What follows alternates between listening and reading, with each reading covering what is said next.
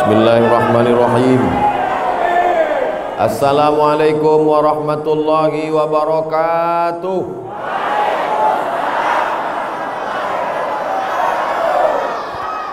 Bersyukur kepada Allah atas segala nikmat dan keberkahannya dengan ucapan Alhamdulillahi Rabbil Alamin. Berselawat kepada Nabi dengan ucapan Allahumma salli ala Sayyidina Muhammad wa ala alihi wa sahbihi wa barik wa salim. Mohon izin Kiai, mohon izin para bapak ibu majelis guru. Insyaallah semua yang hadir ini dimuliakan Allah Subhanahu wa taala. Untuk almarhum Kiai Haji As'ad Al-Fatihah. A'udzubillahi minasyaitonirrajim. Bismillahirrahmanirrahim. Alhamdulillahirabbil alamin, arrahmanirrahim, maliki yaumiddin. Iyyaka na'budu wa iyyaka nasta'in. Ihdinas siratal mustaqim. Siratal ladzina an'amta 'alaihim ghairil maghdubi 'alaihim waladdallin. Amin. Kira-kira kalau ada undangan makan daging kambing, semua bisa datang tidak? Tak jelas jawabannya. Saya ulang sekali lagi. Kalau ada undangan makan daging kambing, semua bisa datang nggak? Ada yang bisa, ada yang tidak. Kenapa tidak bisa datang? Karena dia kena penyakit jantung koroner, karena penyakit kolesterol. Betul? Kalau ada undangan makan emping melinju, semua bisa datang tidak? Tidak semua bisa datang. Yang kena penyakit asam urat dia bilang, mohon maaf nggak datang, tolong kirim duitnya aja. Kalau ada undangan minum teh, minum kopi, nama acaranya coffee morning. Coffee, kopi, morning pagi. Coffee morning, minum kopi waktu pagi. Tidak semua orang bisa datang karena takut penyakit gula, diabetes. Tapi kalau memuliakan Nabi Muhammad sallallahu alaihi wasallam, apakah semua bisa datang? Enggak juga. Yang ikut Abu Jahal, Abu Lahab enggak bisa datang.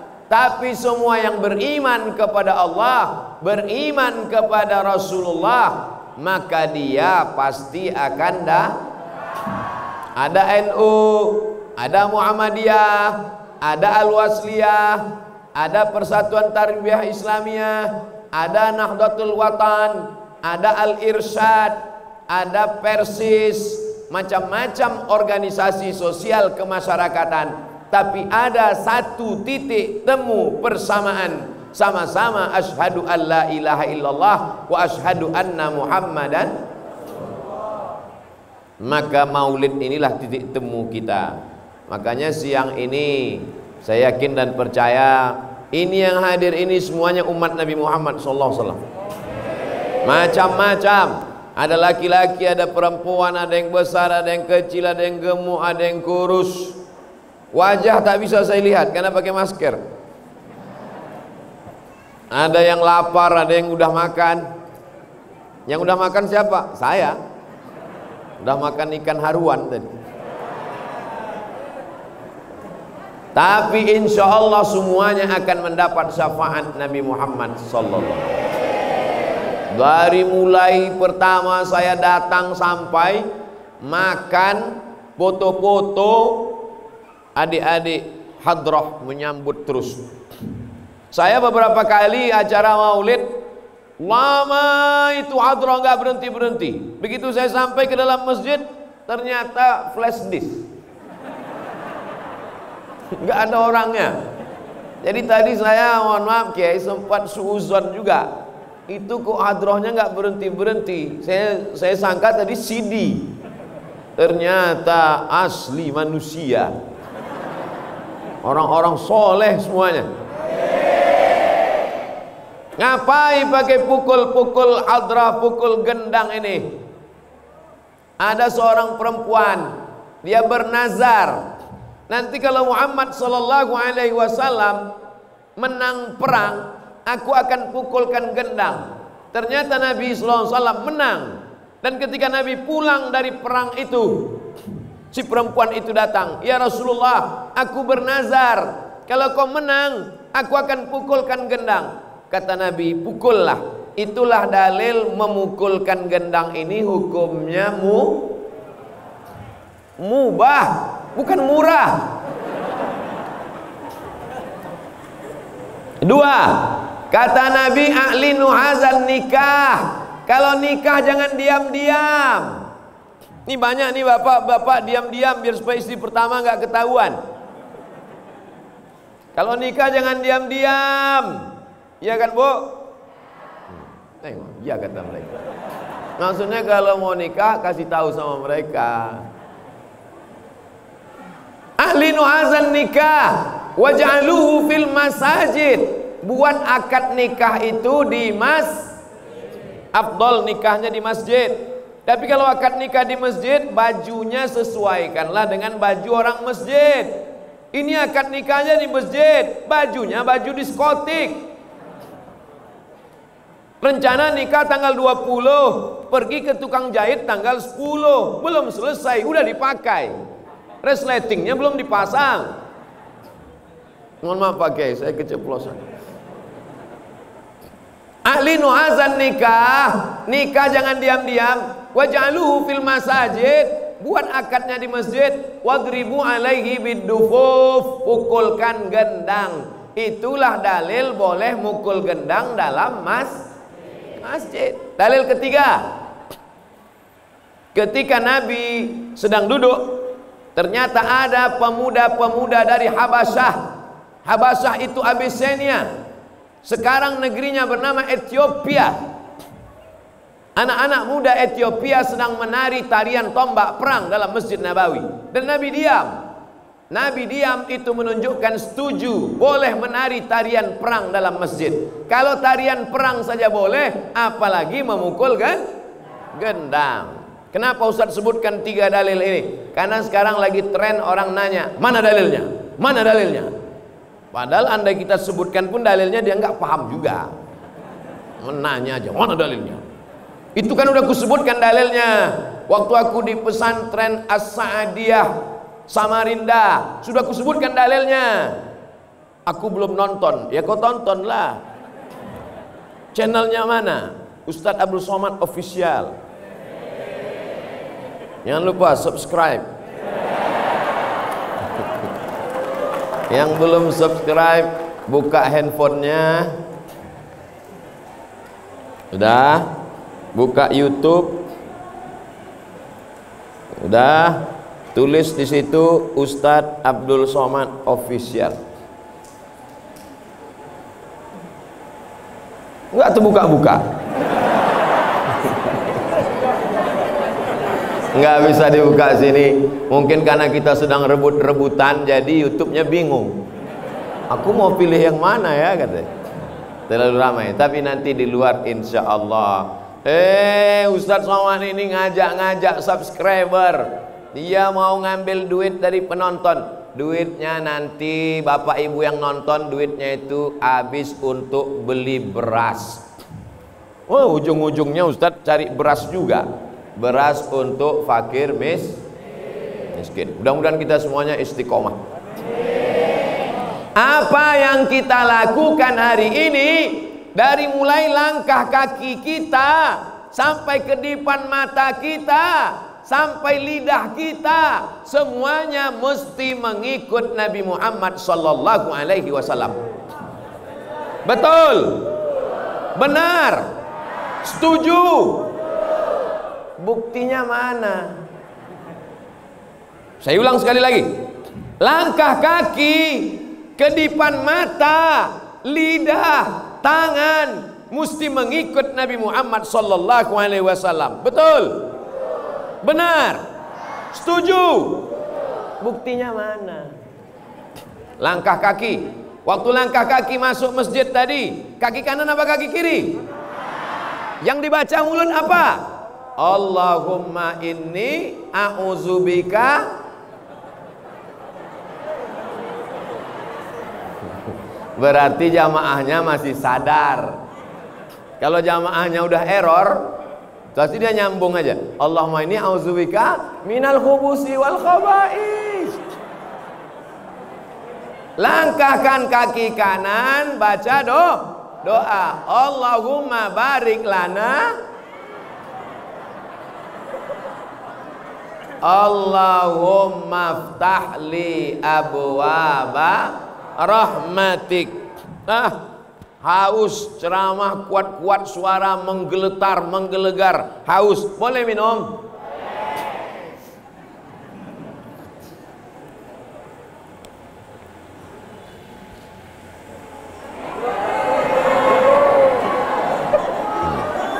Nampak?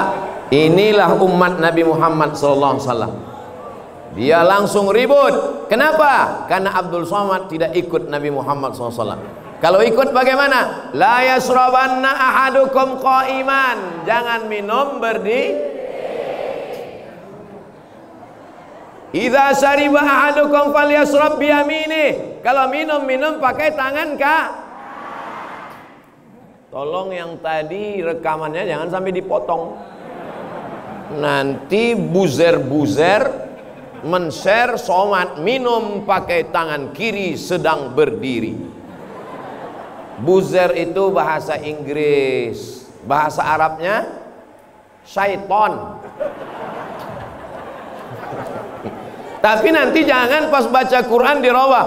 A'udzubillahi minal buzer. Kalau ada orang kerasukan setan, berarti itu diganggu buzer. Sampai mana tadi ceritanya? Langkah kaki ikut Nabi Muhammad, tangan kanan kiri ikut Nabi Muhammad SAW, mulut ikut Nabi Muhammad SAW, mata ikut Nabi. Mata lihat laki-laki. Ustadz dari tadi ngelihat perempuan terus. Saya udah tua, mata ini nggak begitu jelas. Ini saya ngelihat ke sana ini nggak bisa saya bedakan mana yang gadis, mana yang nenek-nenek.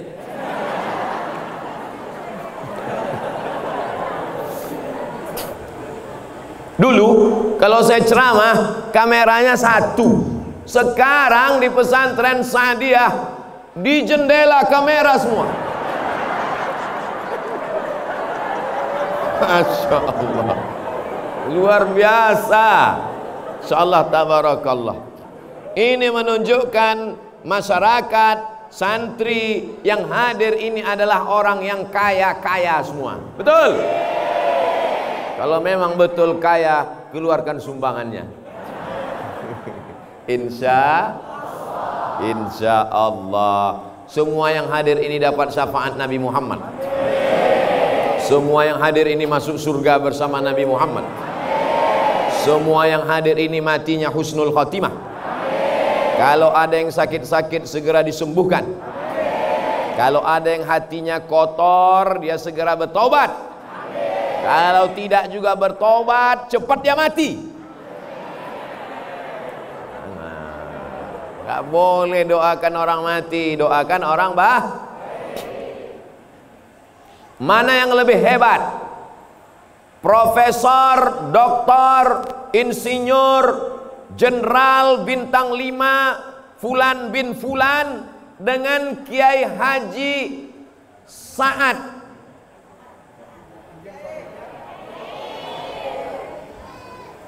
Almarhum Kiai Haji Sa'ad Ijan Saleh. Hebat tidak Kiai Sa'ad? Hebat. Dari mana hebatnya Kiai Sa'ad? Kiai Sa'ad mau hidup sampai hari kiamat. Betul? Ini jamaah ini betul-betul aja. Betul kata Ustaz? Betul? Betul kata. Kiai Sa'ad udah meninggal kan? Tapi Kiai Sa'ad tetap hidup sampai hari kiamat. Mana buktinya? Buktinya hari ini semua kita yang ada di masjid ini, semua kita yang beramal soleh ini, pahala kita mengalir kepada almarhum Kiai Sa'ad. Ada hari ini orang hidup tapi pahalanya nggak jalan. Ada orang meninggal, pahalanya jalan. Saya ulang sekali lagi. Ada hari ini hidup di atas tanah, pahalanya nggak jalan. Tapi ada orang sudah meninggal, pahalanya jalan. Pilih mana? Mau hidup nggak jalan atau udah meninggal tetap jalan? Bingung. Semua yang hadir ini hidup dan pahalanya jalan. Tapi yang nongkrong-nongkrong di warung kopi nggak jelas ujung pangkalnya, ngobrol perkara yang tidak mendekatkan diri kepada Allah, maka amalnya orangnya hidup tapi nggak jalan. Kiai Sa'ad sudah meninggal dunia, pahalanya jalan apa nggak jalan? Berapa kali sehari jalan pahalanya? 24 hours guys, 24 jam. Karena santri di pesantren ini tetap belajar 24 jam. Betul? Mana yang santri? Angkat tangan santri. Santri jawab jujur ya. Kalian belajar 24 jam? Enggak. Tadi katanya mereka tidak belajar 24 jam. Tapi alumni pesantren Sa'adiyah sudah menyebar ke seluruh dunia. Maka seluruhnya beramal tidak putus, 24 jam amal mengalir ke alam barzah. Kuburnya terang benderang, kuburnya sejauh mata memandang, kuburnya lapang. Mau? Syaratnya ikut syariat Nabi Muhammad sallallahu alaihi. Ada orang kaya punya tanah sejauh mata memandang. Mudah-mudahan Bapak Ibu lah orangnya. Amin. Kebun sawitnya 1000 hektar. Amin. Helikopternya 5. Amin. Mati. Ada yang bisa dibawa mati? Ada. Kain kapan? Ada orang mati bawa helikopter? Ada orang mati bawa brondol?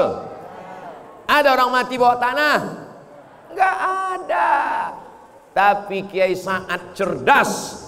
Dia wakafkan tanahnya, dia bangun masjid, dia bangun kelas, dia bangun asrama, dia meninggal dunia, mengalir pahalanya. Dan tanah yang sudah diwakafkan tidak bisa diwariskan, tidak bisa dijual, tidak bisa dihibahkan, karena dia sudah menjadi milik Allah. Maka pelajaran dari Kiai Sa'ad, santriwan santriwati, semua yang hadir ini, insya Allah semuanya orang yang kaya raya punya tanah.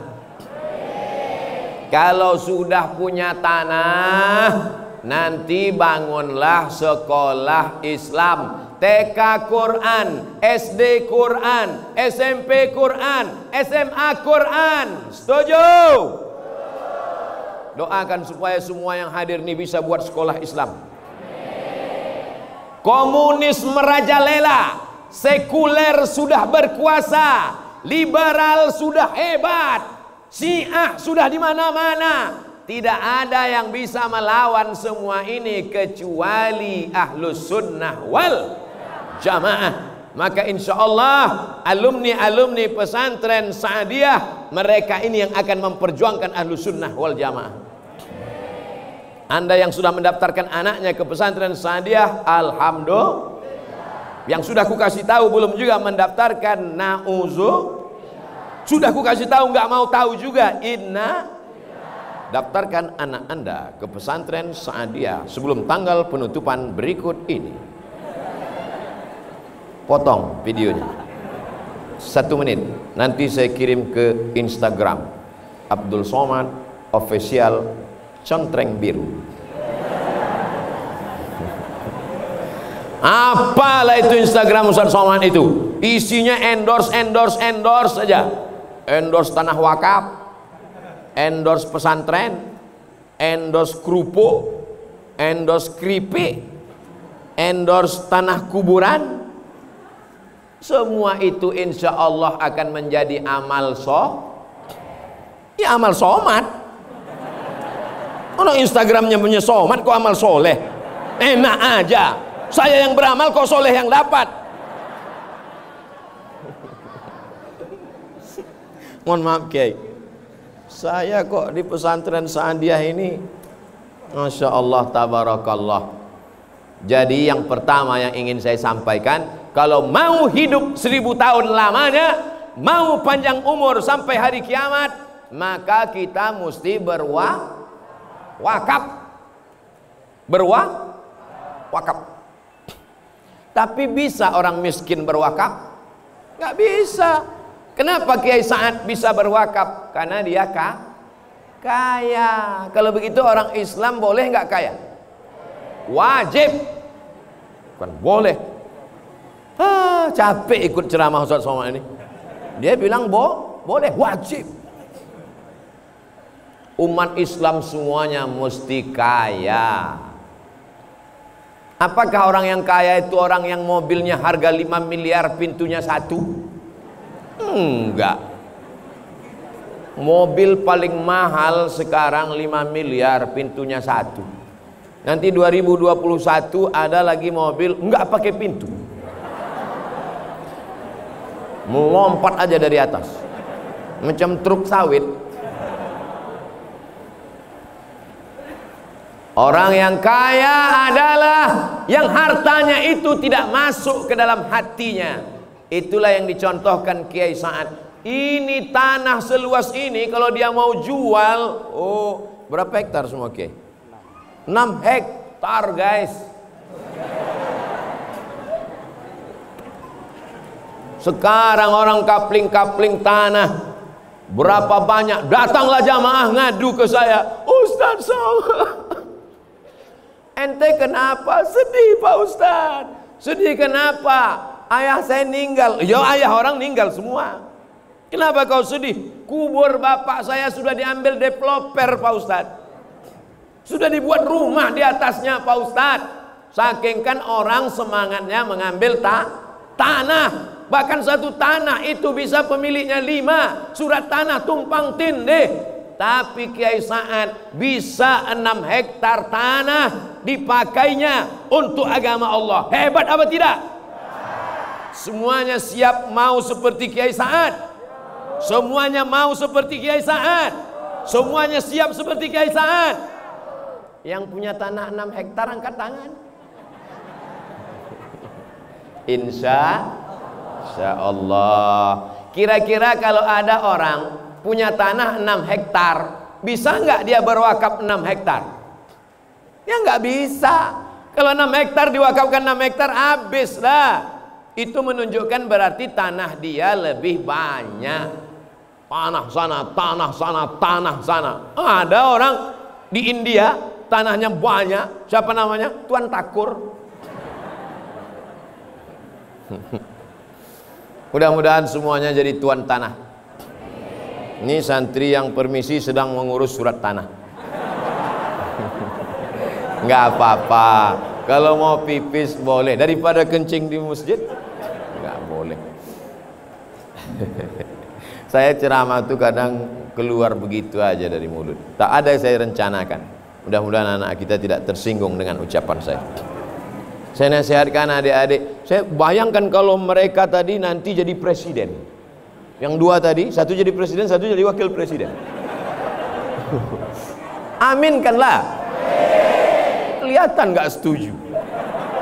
Mereka jadi presiden, jadi wakil presiden tahun 2050. Sebagian ibu-ibu sudah meninggal. Saya masih hidup. Waktu itu mereka bicara di istana. Apa kata dia? Bapak wakil presiden, ya Pak Pres, kita dulu waktu di pesantren Saadiah, waktu permisi pipis dibilang Ustaz Somad ngurus surat tanah kan katanya. Iya, ayo kita cari Ustaz Somad, kita masukkan dia ke dalam penjara bawah tanah.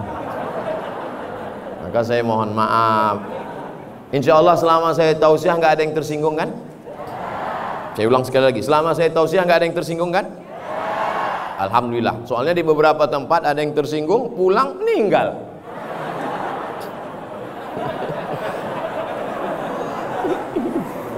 Hah? Saya diberi waktu 10 menit lagi. Maka ini saya mesti cepat-cepat ceramahnya nih. Maka oleh sebab itu daripada maka jangan kemesuhan masyarakat yang harus berwakaf kepada Allah Subhanahu wa taala, karena kita akan mati menghadap Allah. Karena tinggal 10 menit lagi. Yang pertama, kita mesti berniat kalau dapat rezeki kita mau berwakaf. Yang kedua, setelah orientasi kita wakaf, maka kita semangat cari rezeki.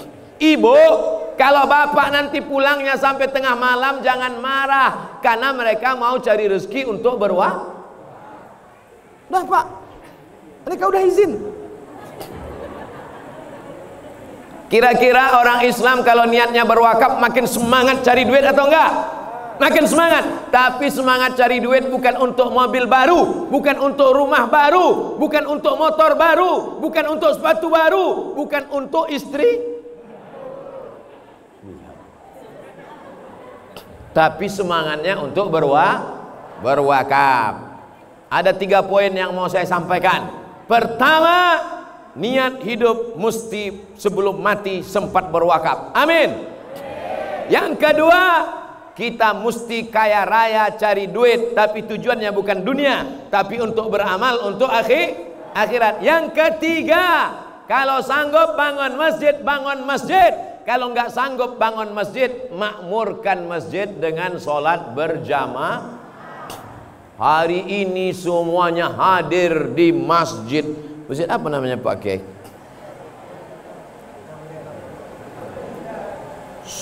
Semuanya hadir di masjid. Turun saya tadi langsung disambut oleh Paskas, pasukan amal soleh. Masuk ke dalam, disambut sama anak-anak muda pakai jaket biker subuhan Samarinda. Keluar habis makan, sebelah kanan polisi, sebelah kiri tentara. Takbir. Bayangkan, semua yang mau pura-pura gila langsung waras. Lihat, semua yang hadir, polisi, tentara, biker subuhan, Paskas, dan yang tak saya sebutkan nama kelompoknya, organisasinya, ormasnya, komunitasnya, satu persatu, tapi mereka tidak akan luput dari catatan malaikat. Betul? Nanti kalau pulang ada yang nanya, apa isi ceramah Ustadz Somad tadi? 3. Yang pertama, sebelum mati mesti berwakaf. Yang kedua, kita bisa berwakaf kalau kita kaya raya. Yang ketiga, kalau mampu bangun masjid, bangun masjid. Kalau belum mampu bangun masjid, makmurkan makmurkan masjid dengan apa? Sholat berjamaah. Gimana supaya anak-anak mau ke masjid ramai? Siapkan telur ayam. Ini telur ayam. Saya tadi waktu duduk ngelihat ini, terbayang waktu kecil. Saya dulu kemana aja mak saya pergi ikut. Saya anak pertama, adik saya 1 laki-laki, 2 cuman 1 saudara kandung. Kemana aja mak saya pergi ikut. Maulidan, solawatan, tahlilan, barzanjian, ikut. Mau ngejar apa? Telur ayam. Saya sangka tradisi telur ayam itu cuma ada di tempat kami di Sumatera. Rupanya sampai di Kalimantan tetap telur ayam. Alhamdulillah, nampaknya sepele. Bagi kalian ini telur ayam biasa, tapi bagi anak-anak, berapa anak-anak yang sudah nangis minta telur ayam? Telur ayam, mas. Telur ayam. Sabar, nanti akan dibagi telur ayam. Inilah yang akan menyelamatkan di hadapan Allah. Betul? Apa beda telur ayam ini dengan telur ayam yang ada di Sumatera? Ini telur ayam NKRI. Merah darahmu, putih tulangmu. Kau potong ayam itu, akan kau lihat merah putih di dalam. Darahnya merah, tulangnya putih. Kecuali ayam yang semuanya hitam, namanya ayam cemani, bukan ayam Afrika. Sepele, remeh-temeh, tapi ini adalah amal yang luar biasa. Mudah-mudahan apa yang kita lakukan ini semuanya dapat pahala catatan amal soleh di sisi Allah. Mudah-mudahan para kiai kita, tuan guru kita panjang umur sehat badan. Santriwan santriwati kita makin betah di pesantren, semangat sampai tamat kelas 6. Habis itu lanjutkan ke Kairo Al-Azhar Mesir. Setelah itu pulang mengabdikan ilmunya ke Samarinda dan ke seluruh Republik Indonesia. Ala hazihin niyah wa kulli niyatin salihah. Al-Fatihah.